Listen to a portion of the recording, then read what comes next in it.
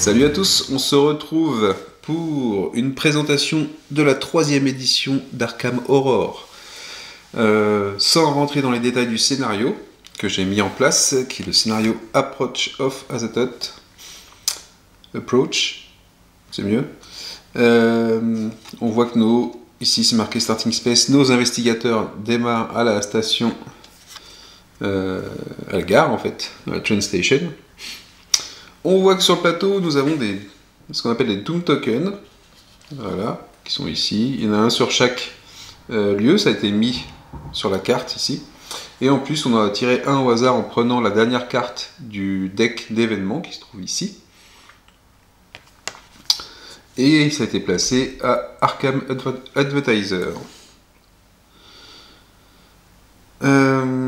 Ensuite, nous avons placé dans le setup 3 indices en prenant les 3 premières cartes du paquet d'événements ici. Donc les indices ont été placés au Mercant District, à Rivertown et à East Town, donc assez loin de nos investigateurs finalement. Et donc, comme je l'ai expliqué dans la découverte du matériel, quand on prend des cartes événements pour les indices et qu'ils arrivent dans des quartiers, on mélange avec les 2 premières cartes du deck qui correspond au quartier. Et ainsi, on sait que quand on a au moins un indice dans un quartier, une des 3 cartes du deck de quartier en question a une carte événement liée au scénario et qui va nous permettre de récupérer des indices. Les investigateurs, donc j'ai 3 fiches d'investigateurs, j'ai donc pris Calvin Wright, Michael McGlynn et Dexter Drake. J'ai fait leur setup, j'ai pris leur matériel. Et nous allons commencer, je vais vous expliquer le tour de jeu. Faire, je pense, un tour, ça devrait suffire, ou 2 tours. Il y a aussi 2 monstres qui ont été mis, qui sont placés par la carte scénario, qui sont indiqués ici. Des Robot Figures qui faisaient partie du deck de monstres. Donc avant de mélanger, on les a placés aux endroits où il y a le petit symbole de lune, comme c'est marqué ici, ici et ici. Donc à Downtown et à Rivertown. Le mythoscope, donc le sac avec les jetons de mythe, est rempli. Les 2 cartes de codex qui sont ici sont tirées. Je ne vais pas vous raconter le texte qu'il y a dessus et l'histoire du scénario. Je vous laisse le découvrir. Je vais seulement vous parler des côtés mécaniques. Ça sera un côté un peu moins ambiance. Mais sachez qu'il y en a, il y a des textes d'ambiance, ça accompagne bien. Et les tirages suivants de cartes du codex, ou l'arrivée de cartes codex, fait en sorte de modifier le scénario et de vous faire découvrir des choses. Mais tout de suite, nous allons commencer par le tour de jeu. Et en même temps que je ferai le tour de jeu, donc je vais me baser sur la carte de référence du tour de jeu et sur la carte de référence des actions, c'est la même. Et en même temps qu'on excusez-moi. En même temps qu'on fera les actions, je vous expliquerai comment se réalisent les tests de compétences. Donc c'est parti. Alors, le tour de jeu. Donc déjà, ce qu'il faut savoir, c'est qu'on a un leader qui a ce petit jeton d'action avec la petite lampe. Donc j'ai décidé que c'était Drake. Mais l'intérêt de ce jeton, c'est seulement pour la résolution des étapes de monstres, par exemple, ou des résolutions pour les rencontres, mais pas du tout l'ordre du jeu. L'ordre du jeu, on choisit qui est-ce qui va commencer à jouer, qui sera le suivant, et ainsi de suite. On réalise son tour, et on passe à un autre joueur, pas forcément le suivant dans l'ordre du tour. Alors, le tour de jeu va se dérouler en 4 phases. L'action phase, la monster phase, l'encounter phase et la mythos phase. La phase d'action, donc la première phase, eh bien c'est simple, chaque investigateur va pouvoir exécuter 2 actions. Donc 2 actions, dont on a la liste sur l'autre côté de la carte. Donc les actions possibles pour chaque investigateur qui doivent en effectuer 2. Le déplacement, chaque investigateur peut se déplacer de 2 zones. Donc c'est marqué two spaces en anglais. Et peut aller jusqu'à 4 zones de déplacement. Mais pour ça, il faut dépenser $1 pour chaque zone supplémentaire au-delà de 3. Au-delà de 2.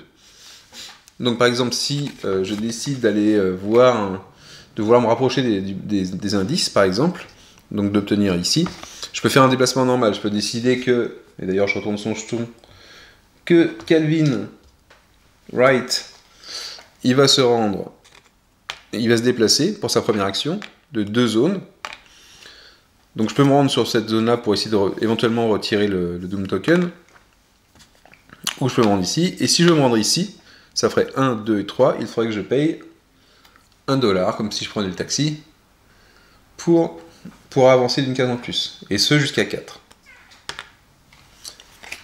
Donc ça c'est l'action de déplacement. Sachant que si je me déplace sur une case où il y a un monstre qui est en position prête, ready, ce qui est le cas des 2 monstres ici, le monstre m'engage et j'arrête mon mouvement. Donc vaut mieux l'éviter, et il y a toujours moyen de l'éviter. Récupérer des ressources, donc c'est un autre type d'action. Récupérer les ressources, c'est je gagne un pion d'1$, donc je peux gagner un pion d'1$ comme celui-là. Il y a des personnages qui ont des capacités pour gagner plus que $1. Soit par une carte de sort, soit par une compétence, soit sur leur comment on appelle ça, sur leur talent lié à la carte de personnage. Le focus, donc la concentration. La concentration, en quoi ça consiste? Ça consiste à aller prendre un jeton, à aller augmenter une capacité de mon personnage en prenant le jeton correspondant. Donc je peux augmenter lore, influence, observation, strength, will. Dans le scénario ici présent, ce qui est important éventuellement, c'est la partie lore, c'est ce qui permet de retirer des Doom tokens en faisant une des actions qu'on va voir juste après.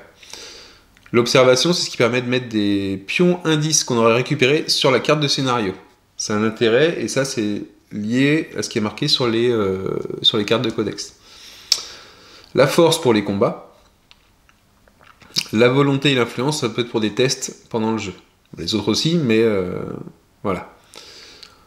Donc le focus, j'ai le droit de prendre un pion pour une action qui va augmenter de 1 une de mes caractéristiques. Je suis limité à un seul pion focus par caractéristique, et globalement, je ne dois pas avoir plus de points focus que ma focus limite qui est ici pour Calvin qui est de 2. Donc je pourrais avoir que 2 caractéristiques augmentées par du focus. Donc l'action de focus vise à augmenter évidemment ses attributs de personnage. Ward, donc ça c'est ce qui nous permet de faire un test de lore pour retirer des Doom tokens. Et du coup on va commencer à expliquer comment se passe un test de compétence. C'est très simple, on prend la valeur de la compétence. Donc si Calvin n'avait pas de focus sur ses compétences, je prends le nombre de dés qui correspond à ma valeur de compétence, je le lance,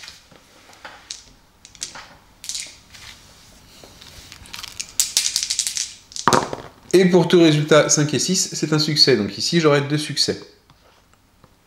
Donc 5, 6, du classique Arkham, et le nombre de succès. Quand c'est l'action Ward, on peut retirer jusqu'à un nombre de jetons Doom de sa zone égal ou inférieur au nombre de succès qu'on a eu. Donc là, ici, si Calvin avait été ici, je pourrais retirer jusqu'à 2 jetons, parce que j'avais 2 succès, il n'y en a qu'un, donc j'en retire 1. Au cas où je retire au minimum 2 ou plus jetons Doom dans une zone, je vais gagner ce qu'on appelle un Remnant token, qui est en fait une sorte de trophée de chasse quand on bute des monstres ou des indices supplémentaires qui vont servir dans des cartes rencontres. Donc ça c'est l'action de Ward. Ensuite on a l'action d'attaque. L'action d'attaque c'est j'engage un monstre et je l'attaque. Donc une carte monstre commence à se place. C'est comme ça. Son nombre de points de vie, son modificateur sur mon jet d'attaque, son modificateur sur mon jet d'évasion. Donc le modificateur ici de celui-là, il a -0, donc il n'y a pas de changement. Ça veut dire que je vais prendre ma valeur globale de force de mon personnage plus des équipements que je vais utiliser, sachant que je peux utiliser des équipements qui me tiennent sur 2 mains. Donc ici par exemple, si j'avais une deuxième, là ici ma dague, elle compte que pour une main, mais je pourrais très bien avoir une autre arme dans l'autre main. Donc ici, si j'ajoute la force de mon personnage qui est de 3,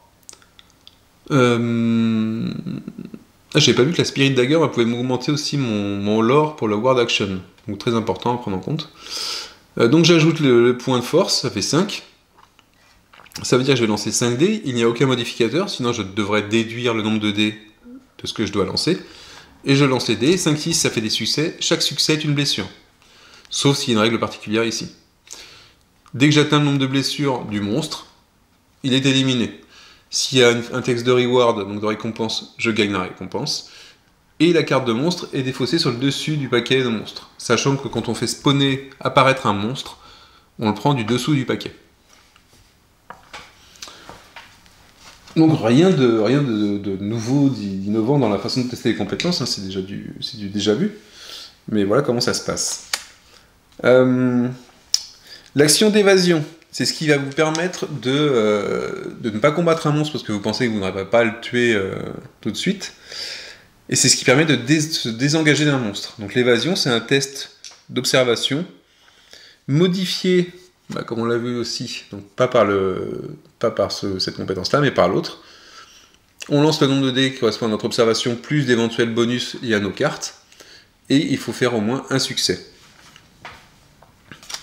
Si on a un succès, alors il faut savoir que le monstre, quand il est engagé, il est à côté de notre fiche de personnage, et quand on évade, et donc que le monstre est exhausted, il passe en statut exhausted et non pas ready, à ce moment-là, on le met dans le même lieu, si c'était ici, que le personnage, de ce côté-là, pour indiquer que c'est pas un monstre qui est prêt. Il ne bougera pas pendant la phase de monstre. Et ça veut dire que mon personnage n'est plus engagé et qu'il peut faire des actions classiques. Pourquoi je dis ça ? Tout personnage engagé avec un monstre est limité en termes d'action. On pourra faire les actions de focus, d'attaque, d'évasion, mais c'est tout. Donc pas d'autres actions que celles que je viens de vous dire. Sauf texte évidemment sur des cartes et autres. Donc on a vu l'action d'attaque, d'évasion. L'action de recherche, c'est ce qui consiste à prendre des jetons qu'on aurait trouvés, qu'on aurait récupérés, donc qui sont sur notre feuille de personnage, des jetons indices, et de les placer sur la feuille de scénario. Ça veut dire qu'en fait on a des indices, et on a fait des recherches par rapport à ces indices, on a trouvé quelque chose. On les place sur la carte de scénario, les cartes codex ou la carte scénario, enfin la carte codex, la plupart du temps d'ailleurs, vont vous indiquer ce qui peut arriver dans le cas où il y a un certain nombre d'indices sur la carte scénario. Donc ça va être l'objectif principal, et je pense de beaucoup de scénarios, de trouver des indices pour faire progresser l'enquête. Donc il faut récupérer les indices, mais pas que, il faut aussi faire des recherches pour pouvoir placer ces indices sur la feuille de scénario. Chose importante, on peut échanger des indices entre investigateurs. On peut échanger des objets et des indices. C'est d'ailleurs la dernière action disponible, de façon classique, hein.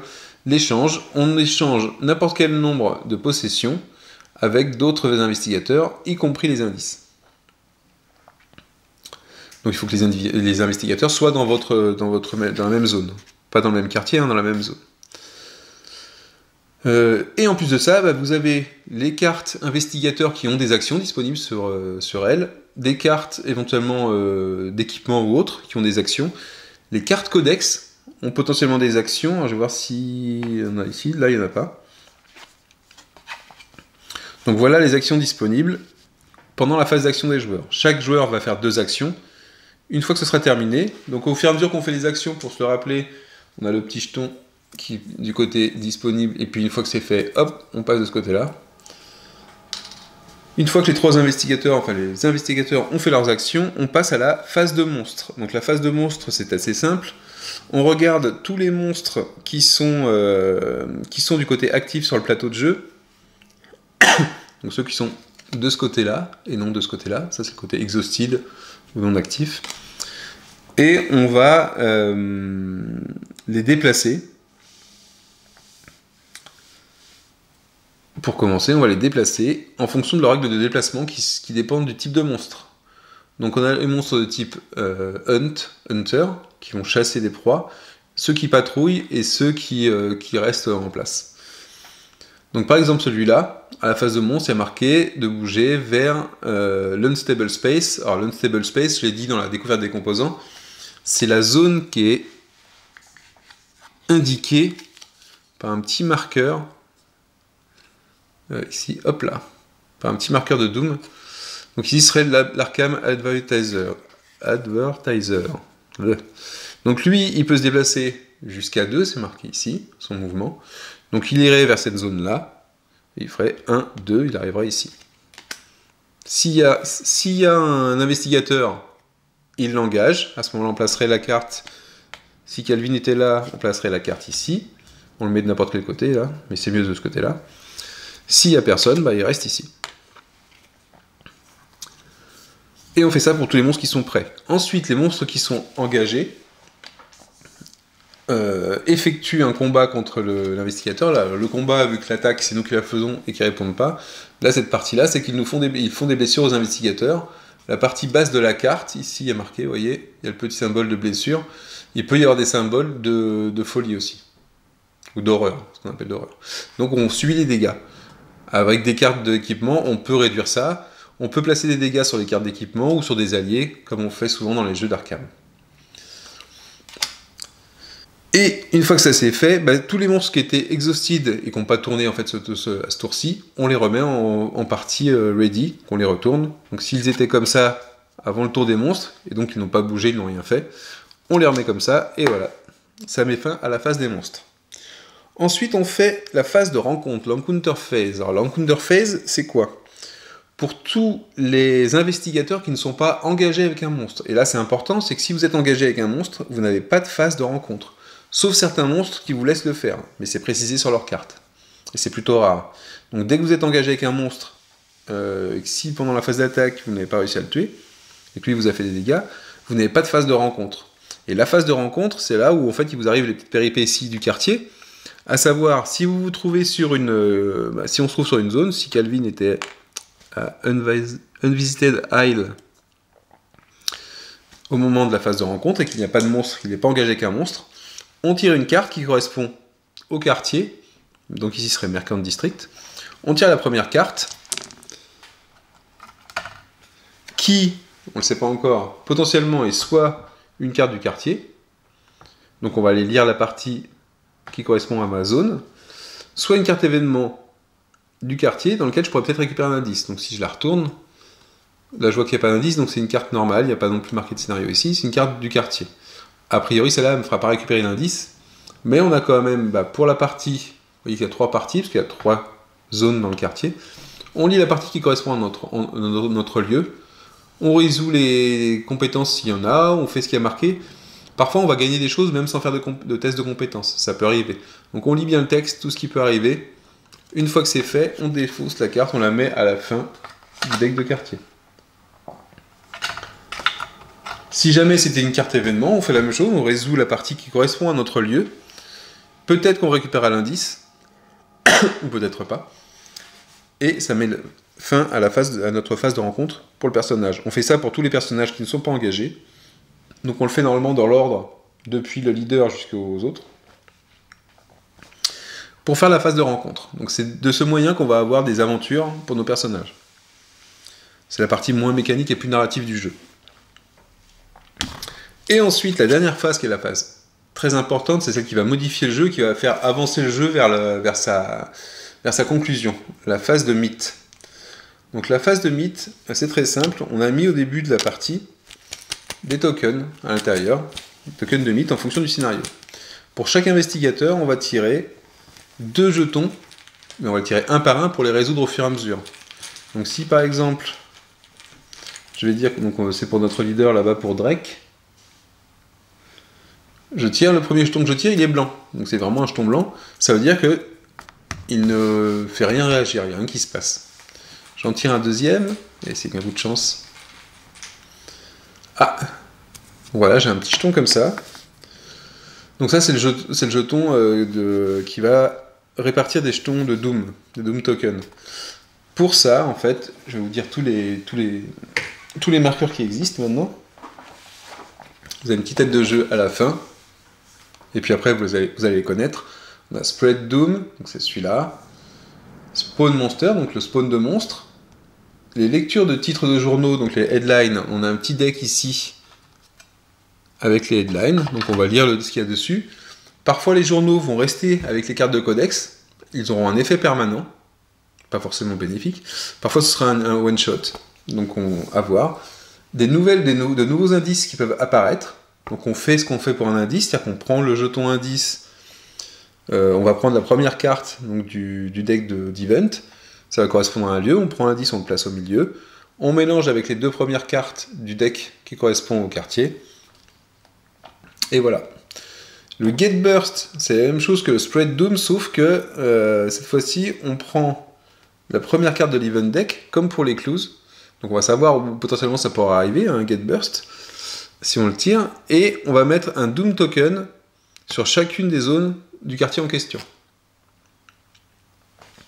Le Reckoning, on va regarder tous les composants en jeu, donc ça va être les cartes de codex, ça peut être des cartes sur nos personnages, par exemple ici, Calvin, il a une carte sur laquelle il y a le petit symbole de Reckoning, et donc on exécutera cette action quand le jeton sera tiré, donc ce sera peut-être pas forcément par Calvin, mais quand le jeton est tiré du Mythos deck, on résoudra l'action sur cette carte-là aussi. Et enfin le blanc, on l'a vu, aucun effet. Donc voilà la Mythos. Donc on va tirer 2 jetons par investigateur. Donc là, par exemple, pour mes 3 investigateurs, il y aura 6 jetons tirés à chaque tour. Donc ça peut avoir énormément d'effets, sachant qu'on pourrait très bien tirer 3 jetons de Spread de Doom, ou de Get Burst, il y a une Get Burst au départ. Le scénario peut très bien amener de nouveaux jetons aussi, j'ai déjà vécu ça. Donc voilà, vous allez avoir une évolution du mythos des jetons de mythe, et puis un tirage aléatoire qui sera jamais le même d'un tour à l'autre, d'une partie à l'autre. Alors depuis le début de la partie, on parle des... donc ça met fin à la phase, je reviens sur la fin de la phase, c'est que ça met fin à la phase au tour de jeu. Une fois qu'on a fait la phase de mythe, on revient à l'action phase, donc on retourne les jetons pour chaque investigateur, et c'est reparti pour faire 2 actions par personnage. Donc j'imagine, pour ceux qui connaissent la V2, je pense qu'on peut vraiment dire qu'elle est beaucoup plus simple, ou du moins on s'en rappellera plus facilement, il suffit de prendre la carte et on se rappelle du tour de jeu.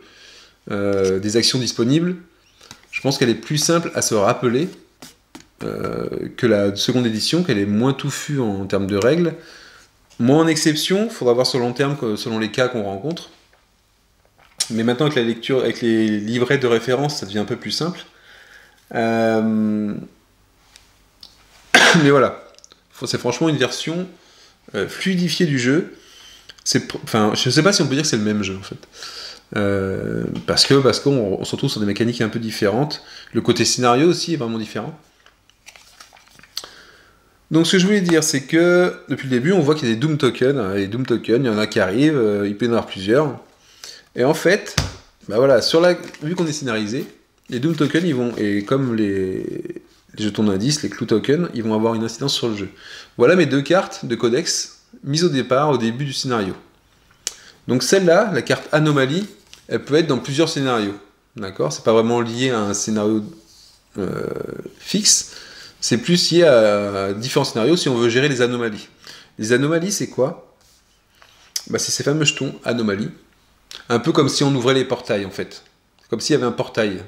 Donc, ils n'ont pas fait de portail, je ne sais pas si c'est une volonté. C'est un peu comme si on faisait apparaître un portail.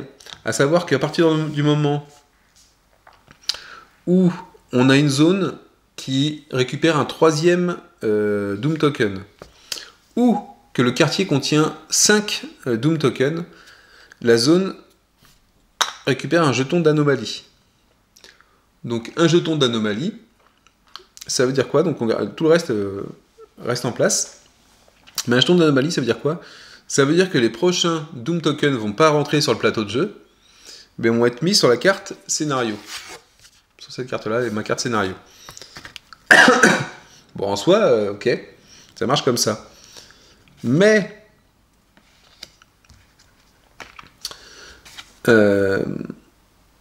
ici, ma carte codex qui est liée, elle, à mon scénario, qu'est-ce qu'elle m'indique ? Que quand il y a 3 Doom Tokens ou plus sur la carte scénario, je retourne la carte. Et j'ai un texte à lire derrière.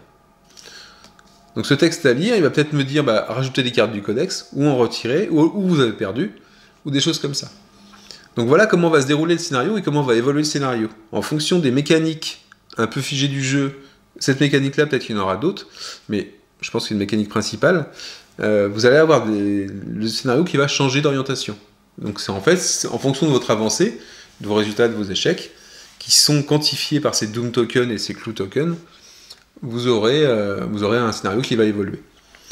Donc on a la même chose pour les Clue tokens, hein, c'est que quand il y a 3 ou plus de jetons indices sur la carte scénario, donc pour les obtenir, il faut faire l'action recherche pour mettre des indices qu'on a trouvés sur la carte scénario. Bah, quand il y en a 3 ou plus, il y a marqué qu'on ajoute la carte numéro 4 du codex. Et qu'on ne retire pas cette carte-là. Ça veut dire que le texte en dessous il est toujours valable. C'est-à-dire qu'au cas où il y a 3 Doom tokens sur la carte scénario, hop, je la retourne. Donc voilà, donc ça veut dire qu'on aura une autre carte qui va s'ajouter potentiellement, que celle-là va se retourner, enfin voilà. Ça va évoluer comme ça. Et donc on aura à nouveau une carte codex qui aura des conditions, qui aura des façons de fonctionner. Et c'est comme ça que les scénarios de Arkham Horror V version 3 vont exister. Est-ce que j'ai oublié quelque chose? Je crois que... Ah oui, les anomalies. Donc une fois que vous avez une anomalie qui est arrivée, admettons qu'il y a une zone en anomalie et qu'on arrive à l'encounter phase. À ce moment-là, sur une zone qui est en anomalie, vous ne tirez pas une carte qui correspond au quartier, donc pour avoir les indices Walou, mais par contre vous allez tirer une carte du deck d'anomalie qui est constitué au début du scénario, qu'on vous indique quel deck d'anomalie il faut prendre. Vous tirez une carte et vous allez résoudre la carte. La carte, elle va avoir un texte différent en fonction du nombre de Doom tokens, donc c'est forcément 3 maximum, sur votre zone. Donc en fonction de ça, vous allez prendre le bon paragraphe.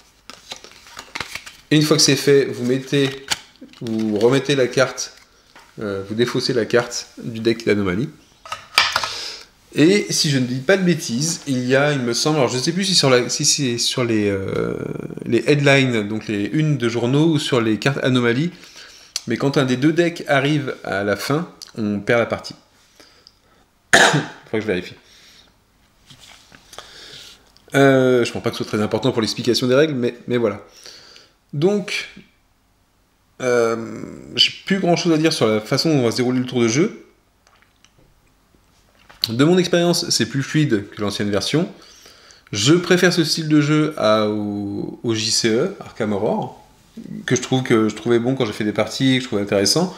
Malgré tout ça, c'est plus mon style de jeu. Je préfère jeter des dés et espérer avoir un bon résultat, même quand j'ai très peu de chance, plutôt que la solution inverse, c'est de dire j'ai toutes mes chances, mais j'ai un truc, j'ai aussi beaucoup de chance que ça se vautre à cause des jetons de mythe, ou des jetons, je sais plus comment ça s'appelait, de destin là dans le JCE. Parce que voilà, je préfère cet aspect-là. J'ai toujours l'impression d'avoir une chance quand on lance les dés, et quasiment pas en avoir du tout quand j'utilise le JCE. Pour retirer un jeton d'anomalie, il faut qu'il n'y ait plus de Doom Token sur le quartier. Donc une fois qu'on retire le dernier Doom Token, on retire le jeton anomalie. Il reviendra s'il y a à nouveau 3 Doom Tokens sur une zone, ou 5 en tout. Et évidemment, une fois qu'il n'y a plus de jeton anomalie, on pourra faire des rencontres entre guillemets normales à la phase de rencontre. Sur le plateau, sur chaque zone, vous avez en fait ce qui risque de vous arriver sur les cartes en rencontre. Tout ce que vous allez faire, en dehors des actions que je vous ai citées, ça va être sur les cartes rencontre.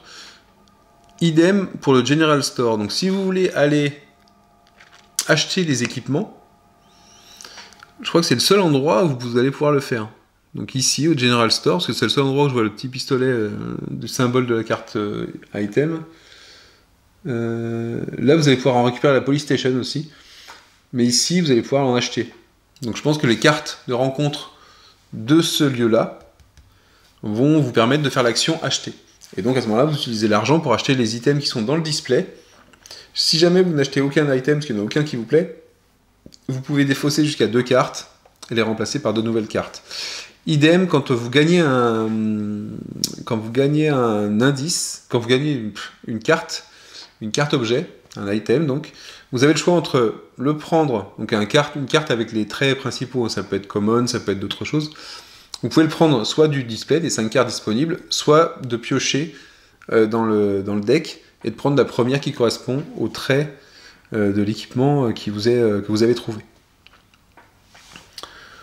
Les cartes objets uniques, elles arrivent en fonction des scénarios, je pense, et en fonction des cartes codex. Les cartes conditions, pareil. Les cartes sorts, on peut les récupérer aussi. On les achète pas. D'ailleurs, elles ne doivent pas avoir de prix dessus. C'est pas celle-là, ça c'est les cartes monstres. Les cartes sorts, si elles ont un prix dessus, alors, du coup, je sais pas comment ça... Je ne sais pas, peut-être qu'on peut les acheter aussi à la boutique. Ou ailleurs, d'ailleurs. Je sais pas s'il y a un endroit...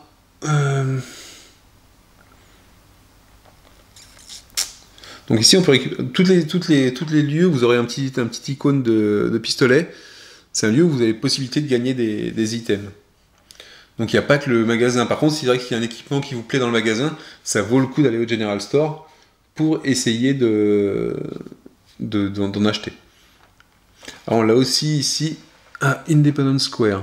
Je vois la liasse de billets et je vois le petit flingue. À essayer. J'ai pas assez de retour, pas assez d'expérience dessus pour vous le dire. Mon ressenti par rapport à ma première partie sur ce scénario-là, j'adore le système de codex parce que pour le coup, quand on joue la première fois, ça surprend. Il y a un moment, je pensais que ça allait être plus court en fait. Je pensais qu'une fois que j'ai lutté pour pas qu'il y ait de Doom Token sur la carte scénario, j'ai lutté pour récupérer les indices, j'ai réussi à faire progresser ma carte. Et puis à un moment quand même, j'ai laissé un peu tomber les Doom Tokens, ce qui fait que ça a commencé à me remplir. J'ai eu 3 zones en anomalie. La carte scénario s'est chargée. Je me suis dit, oh là, ça y est, je vais arriver à un certain nombre de Doom Tokens sur le scénario, je vais avoir perdu. Et en fait, pas du tout. Vous avez quand même une progression dans l'horreur de ce qui peut vous arriver, et vous avez toujours un moyen de vous récupérer. Alors, toujours basé sur les indices et sur les Doom Tokens, hein, c'est toujours les deux. Ça fonctionne un peu comme 2 échelles qui vont faire évoluer le scénario. Et il y a toujours une possibilité de réussir à retourner un petit peu la situation, même si ça peut être difficile. Je pense malgré tout qu'il faut faire attention à ces personnages et les spécialiser un tout petit peu. Par exemple, ici, pour mes personnages, je vais vous faire voir pourquoi je les ai pris. Alors, on peut toujours modifier un peu les scores, les capacités par des focus tokens et autres. Et je pense qu'il vaut, plutôt que de récupérer quelqu'un qui est bas, c'est le spécialiser encore plus. À savoir que j'ai pris Drake en premier, parce qu'il a un lore important. Ça veut dire qu'il va lancer, pour les wards, pour retirer des Doom Tokens, il va lancer 4D, 5 si je lui fais faire un focus. Bon, il a une caractéristique plutôt moyenne, hein, mais avec du focus, ça peut s'améliorer. Observation, je peux passer à 3 pour essayer de gagner les indices et les placer. Et quand il fait un lore test, il peut relancer un ou tous ses dés. Donc ça peut être utile. En plus, il a des sorts de magie. Michael Maglen, donc lui, c'est mon désingueur de monstres. Il va partir à la chasse aux monstres. Pourquoi? Ça va me permettre d'engager les monstres sur lui et de libérer mes coéquipiers pour qu'ils puissent faire les actions de rencontre, pour récupérer éventuellement des indices. Donc lui, je compte sur lui pour faire mon gros bras dans le jeu. Donc il a 4, je peux le monter à 5, ça pourra faire des dégâts et détruire les monstres plus rapidement, je pense. Sachant qu'en plus il a une arme sympathique. Et Calvin Wright, il est bon partout, sauf en volonté. Donc, avec des jetons Tocus, il y a une limite de focus de 2, je peux mettre 2 jetons, par exemple, sur l'or et observation, pour récupérer les indices aussi. Donc lui, il ira en priorité sur les indices, lui ce sera pour les Doom Tokens, et lui pour désinguer du monstre. Je vais essayer, parce que la première fois j'avais fait ça par rapport au feeling, et là j'ai essayé de me dire, bon, si j'oriente par rapport au scénario que je connais, un petit peu maintenant, forcément, je vais essayer de voir si ça a une influence et si ça peut marcher, en spécialisant les personnes. Au dos, on vous rappelle des rôles de toute façon des investigateurs, et souvent il est conseillé dans le scénario, je ne sais pas si c'est marqué sur le scénario ou sur le livre de règles. Non, ça va être marqué sur... Ah, vous voyez, sur la carte scénario, ici aussi on a un déclenchement au cas où on a ce jeton mythe qui sort. Et là c'est pour chaque cultiste Donc chaque monstre type cultiste, on place un Doom Token dans l'endroit où il se trouve. Donc ça peut faire augmenter aussi le scénario rapidement. Et encore une chose, bon, je fais un aparté sur le truc des personnages, c'est que si jamais j'ai une Get Burst, donc là, la petite porte, l'explosion de Doom, qui vous met un jeton pour chaque endroit, donc 3 jetons d'un coup, et que vous êtes sur un endroit où il y a une anomalie, où les 3 jetons vont sur la fiche de scénario. Donc d'un coup, ça peut vous faire basculer un scénario qui était contrôlé à un scénario qui devient proche du raté. Enfin, à une situation qui devient ratée, parce que le scénario s'arrête pas dès le premier coup. Donc, je reviens au rôle. Ici, Michael, il est Rogue et Guardian. On vous explique les rôles et qu'est-ce qu'ils peuvent faire dans leur cas de rôle. Lui, Drake, il est mystique. Et ici, j'ai Guardian et Rogue aussi. Et il me semble qu'il est conseillé pour les scénarios de prendre un mystique, un Rogue ou un Guardian, je crois bien. Donc voilà, histoire d'équilibrer en fait et de ne pas partir qu'avec des mystiques ou qu'avec des Guardians. Donc j'ai un très bon ressenti sur le jeu. Ma première partie m'a vraiment encouragé, je voulais absolument la terminer. Je voulais vous le présenter aussi pour cette raison, c'est que je le trouve vraiment sympa. Alors c'est de la VO, attendez la VF pour ceux qui sont plus patients. Je verrai si je prends pas la VF moi aussi. La seule chose qui m'embête avec les VF chez FFG, c'est le délai. Alors peut-être on sera plus proche d'une sortie à la JCE, en termes de rapidité je veux dire, hein, pas en termes de nombre de sorties. Plus rapide et plus proche de la sortie US que ce que ça peut être sur Runbound, parce que Runbound, je vous rappelle que l'extension, c'était quoi, c'est l'extension qui rend le jeu coop. Elle a mis énormément de temps à sortir, elle a eu du retard, et je pense que c'est lié aux ventes de ce type de jeu en France aussi. Et je pense que le Arkham Horror porte plus que Runbound. C'est plus ancré chez les Français, l'appel de Cthulhu. Et on peut espérer que les sorties soient régulières et suivent de près les sorties américaines. Mais bon, on ne sait jamais. Hein, vu qu'il y a le JCE qui sort aussi en même temps et que les gens, j'ai l'impression qu'en France on aime pas mal les JCE, malgré tout, même si l'aventure Netrunner nous a prouvé le contraire. Voilà, donc si le rythme des sorties, je pense que j'attendrai la première extension, voir à quel moment elle sort, et peut-être que je rebasculerai sur une version française, parce que pour les textes, même si l'anglais ne me dérange pas, parfois pour jouer à plusieurs, même si on comprend tous l'anglais quand on le lit, c'est plus sympa de lire la carte à haute voix pour tout le monde, et donc c'est plus sympa de la lire en français directement sans avoir à traduire au fur et à mesure, sans perdre de temps à la traduction. Parce que même si on se débrouille très bien, on va avoir tendance à résumer la carte. Moi j'ai eu le cas sur Eldritch Horror, sur les contrées de l'horreur, on a tendance à se dépêcher pour que les gens n'attendent pas l'explication ou la traduction, on a tendance à réduire un peu la description. Donc c'est un peu dommage de perdre le peu de littérature qu'il peut y avoir sur les cartes. Donc voilà, je crois que j'ai rien oublié, et j'espère. Si le Get Burst, les petits détails de fin que je me rappelle, le Get Burst, vous remélangez également toutes les cartes de l'event deck et vous les remettez derrière. Ça c'est à savoir. Bon, les petites règles qu'il ne faut pas oublier dans le jeu, c'est d'où on tire la carte. Donc le spawn de clous, et les Get Burst, on les tire de devant le deck d'event. Donc on sait à l'avance où peut arriver un indice, s'il spawn, ou où peut arriver un Get Burst si ça arrive. C'est à double tranchant. Et par contre, pour tout ce qui est...